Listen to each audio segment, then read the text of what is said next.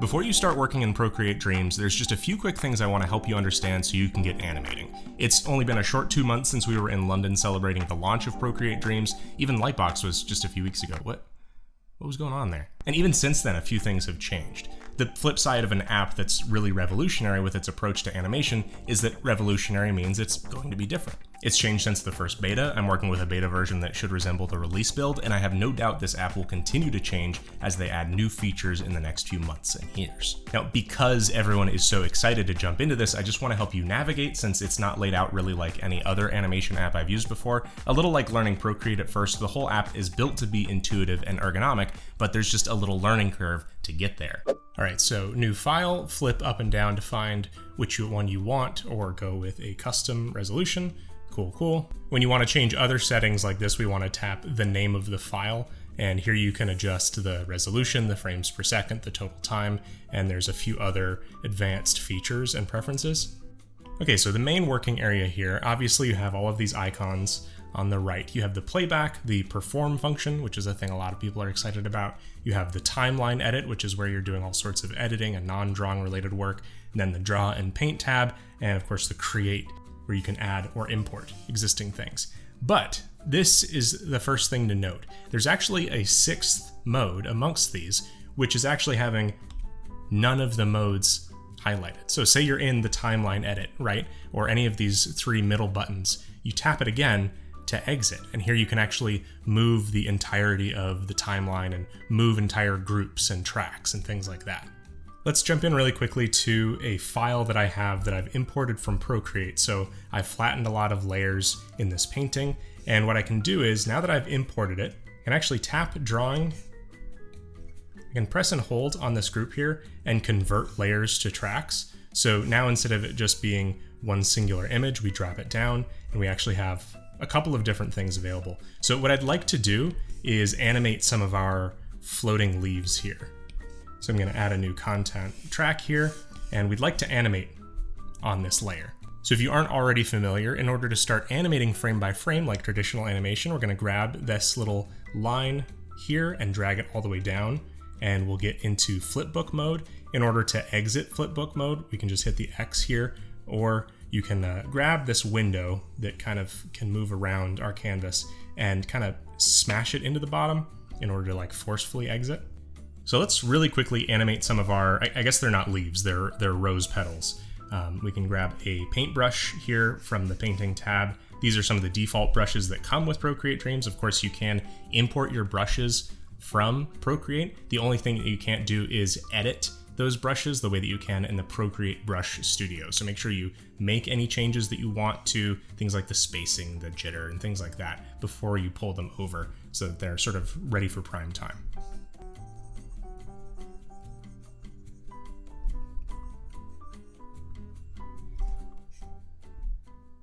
All right, so I have my first little petal there. If I move forward, I can't see it anymore, but I would like to see that previous frame. I can tap down here. Our time code contains the show onion skin. Now this yellow is our previous frame.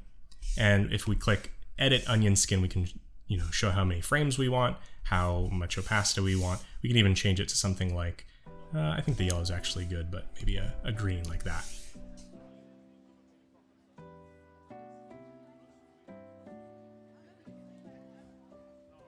All right, so now we've been able to progress frame by frame like this, but say we want to add a new frame in between the first and second. Well, again, the option is just a layer deep. So we tap the frame that's here and a plus button appears, and now we can add something in between and say, let's split the difference between our two little drawings there. Now, just like in Procreate, we can open our layers tab here, and for each individual drawing, they'll have the ability to add more layers. So for instance, we have our normal layer here, which can be brought up and down in opacity, same as we're used to with Procreate. And we could add either another layer of drawing on top. We could add, an ink layer and color and things like that. Or we could even come in over top with another color like this and change the blending mode on it. So we could go to add, add a little bit of brightness to our layer. This is just affecting the individual frame, right? We can do other things later on to affect the entire group or all of the petals. Go ahead and delete that. All right, so let's close the flipbook here and really quickly play our falling petals. I'm gonna really quickly come in here, change my properties from 24 frames per second, which is kind of a lot to animate. That'll instantly give us a little bit more. I'm gonna tap on my last drawing here and extend out the length of it. And we'll go right back into flipbook mode.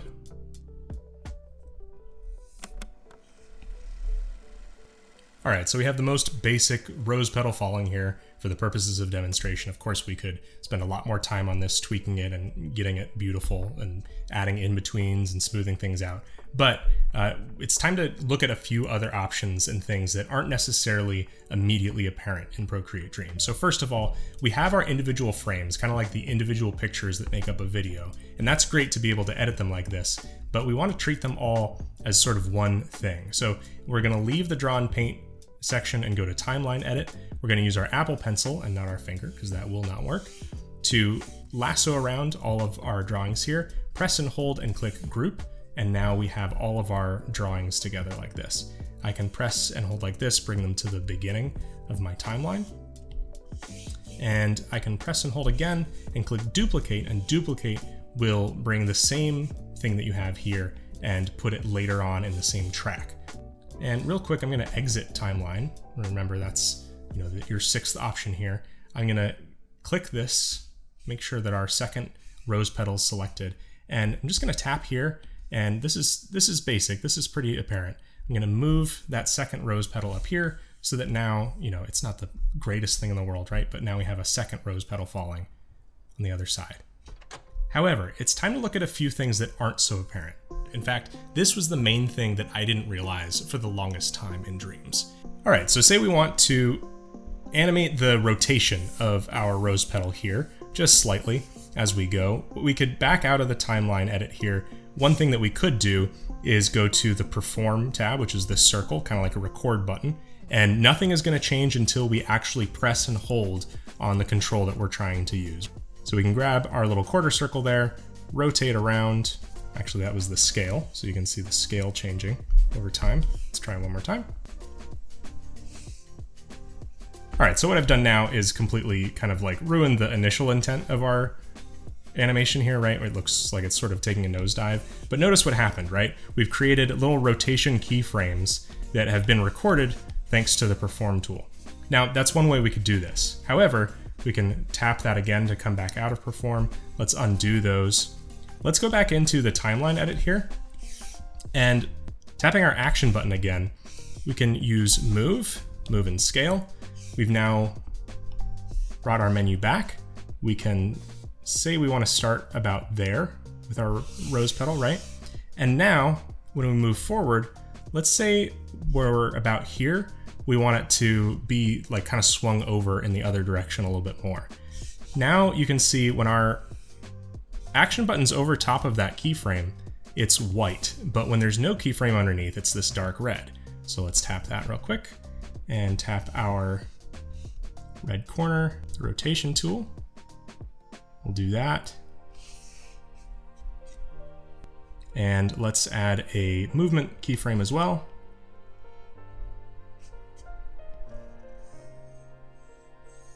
So now you can see we've swung over even more and we've added a new keyframe. When we tap the keyframe, we see individual parameters here that can be edited. But let's say we want to do a little bit more. We can press and hold and tap Expand Transform. And now you can see with 3 fingers zooming in and out to the left and right and up and down, now we have adjustments here for the X and Y, the position, the scale, the rotation. It's all in here.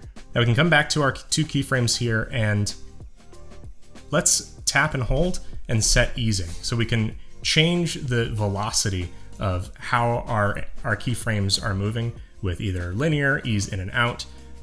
Let's do something like that. I think that by default, some of these are naturally eased. And if we want, we can press and hold on our keyframe and move it to the end of our animation there. But if we had pressed and hold, right, collapse transform, we can grab the entirety of that keyframe and move it around in our timeline as well. Now say we want to change the color of our rose petal, like it catches the light right about here. Let's tap and add filter, hue, saturation, brightness. Let's bring it up like it really just got hit by the sun. Change all these parameters real quick. Now this hue, saturation, brightness is going to increase over the period of these 2 keyframes, right? And we can come over here and bring everything back down to normal.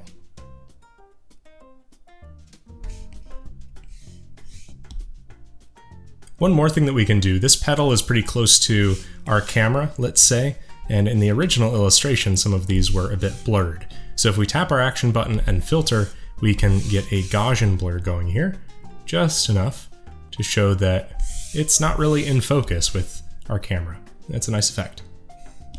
Of course, the Gaussian blur is something that can be animated over time, the same as everything else.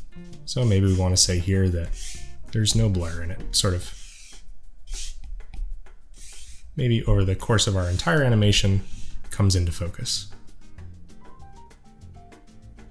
Now, as you can probably tell, I don't have any intensive projects completed in Procreate Dreams yet, since like you, I'm waiting for the full release, as beta files aren't 100% guaranteed to carry over, and I've been sick the last few weeks. However, like we announced a few videos ago, the plan is to animate the majority of our visual effects shots for Stormfellers in Dreams, and there's a lot more I have planned to use Dreams for, so plenty to come to stay tuned on. Now I will say, and this is not based on any insider information, more just precedent and intuition, I am looking forward to, if not expecting, a lot more features, both already in Procreate and otherwise, to be added to Dreams in a relatively short amount of time. If you were there for the early days of Procreate, you'll remember just how quickly it went from a fun little iPad app to a robust and feature-rich professional program. Now there's a couple of other things I want to show you so that you can get started in Procreate Dreams, but I figured maybe you're starting to get tired of looking at rose petals, which is very fair. So I brought over this little self-portrait character of mine with a very fuzzy top to try a couple of extra things, including drawing mouth shapes. Theoretically, you could lip sync with this. So after I've done my little lip sync test here, you can see that my group goes on far too long. Instead of going to the very end of it and pulling it back, I can just tap and use my third action here, which is edit and split. Now I can just grab this group back in the non-timeline section and delete content. All right, so maybe it's just that I've been playing some Mario RPG recently, but I think what would be kind of cool is if we had some sort of pop in for this character, right? And we have this silhouette that's kind of starry that then fades into the character. So the way that we're gonna have that happen is, first of all, this won't just be something that's completely going outside the borders. It's actually, when we tap it and hold, we're going to mask and clipping mask the layer that's underneath it, which is pretty sweet. Now, if we come to the beginning of it here, let's use our move and scale. Let's go to kind of what's possible. I don't have a whole lot of extra room. Maybe what we'll do is we'll scale it up a little bit so that we can start here, and going forward to about, let's say, about that many seconds, right? We can tap, create a new keyframe, move our stars up a little bit, and then what I'm gonna do is kind of stop our movement keyframes. Now back to our main action button, I'm gonna come here and split our track again.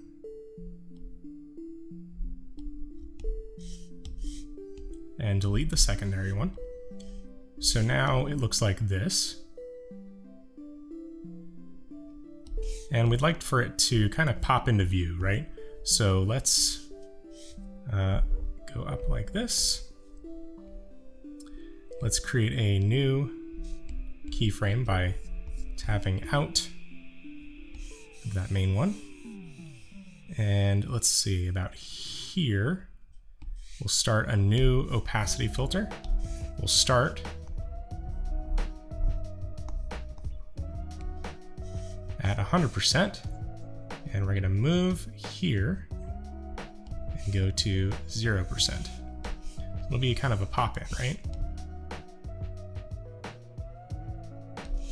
Not bad. Let's bring this a little closer. Make this a little bit more sudden. and split the difference back a little bit. Plus what we're gonna do is set the easing to linear. Now that little introduction thing is cool, I suppose, but what if the character did something as this opacity popped? So one more tool that we have at our disposal is the warp tool. Now, when you open the warp tool, you'll see this horizontal and vertical control, so you can kind of set the mesh cage there. And this is going to work exactly like the warping tool in Procreate. Now, we've created a keyframe here, and what we can do is either grab one of those little pins like that, or grab entire pieces of the character. Let's try and keep 2 feet on the floor as much as possible. And come over here. And as he pops into view, set another keyframe, goes down like that. And because it's created this keyframe at the beginning, it's doing a really slow thing. We kind of want it to pop into view, like that, even faster. Doing sort of like an overshoot. And one more thing I'm going to do here, tap out of it to get back to our main action, is in the same place I'll do a move and scale. We'll go to our secondary one, bounce the character up a little bit,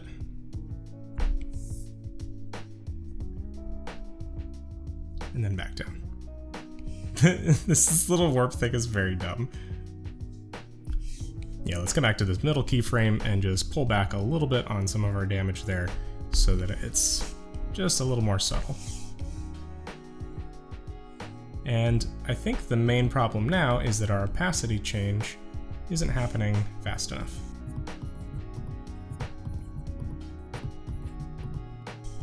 This is the sort of timing that you deal with animation. Now what I can do is add a new content track here, pull it to the bottom. We have just a blank background here.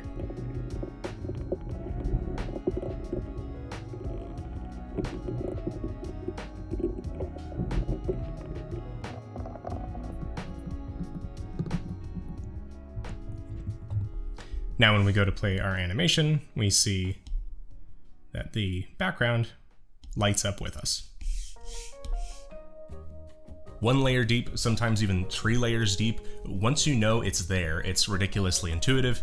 You just need to know it's there. And now I think you're ready to use Procreate Dreams. I can't wait to see what you and the whole community ends up doing with it. Just remember that animation takes a little more time and patience, more than maybe what you're used to with just drawing.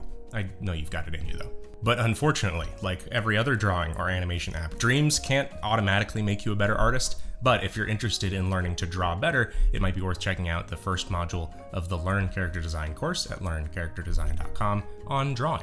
Thanks for watching and have fun dreaming.